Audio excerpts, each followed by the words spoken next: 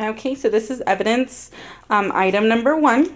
And on the outside, I went ahead and included the case number, the item number. I included type of offense, description, subject, victim, the date and time of recovery, and my name. And I was the person who collected it. And basically for the outside of what a label should look like for the evidence, I just I found different types of labels on the internet, and I've kind of went off of what I saw. I did incorporate different ones just so we can see the variety that there is. But inside of this actual bag is the t-shirt here. And it's just a plain t-shirt. I know we were supposed to pretend it had blood in it, but I didn't actually put blood. So this is the first one, like I said. Okay, and this is going to be evidence item number 2. And again, this is just a different type of label that I located here with the case number, the date collected by me, the item number, and description.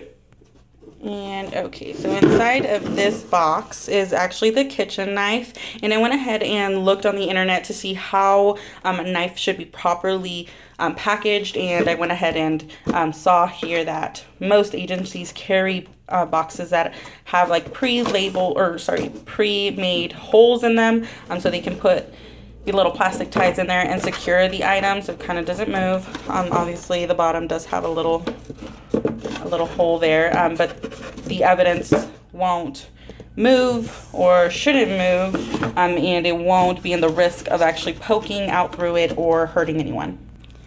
And lastly, I have evidence item number 3, which is about a gram of marijuana, or fake marijuana. It's really oregano, but this one was actually the hardest one for me. I did put it in the Ziploc bag here. However, I am going to be putting it in this specific type of manila envelope.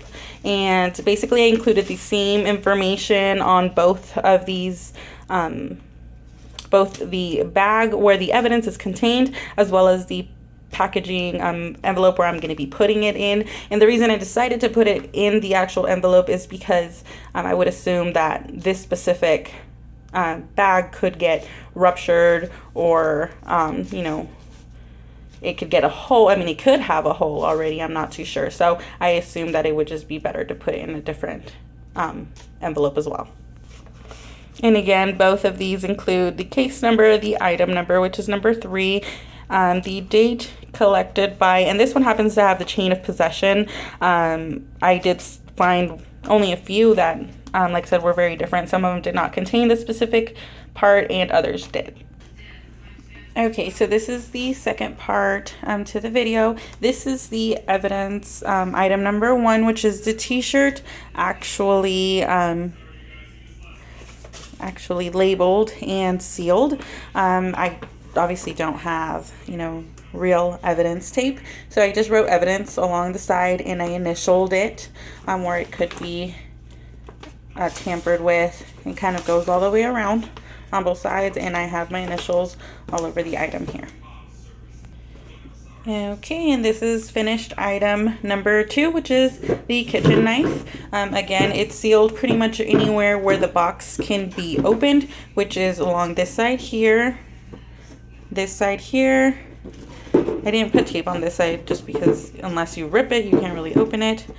This side here. I also included on this sides here with my initials, just so you can see. So if there's any tampering, you would be able to see the break through my initials there and there. So initialed here on this side here, and that is the finished project for evidence item 2. And this is the completed evidence item 3, which is the gram of marijuana. So this is the bag is inside of here, and it is also sealed. Again, that's as if it was the evidence tape, and then my initials and date on the top here and on the bottom.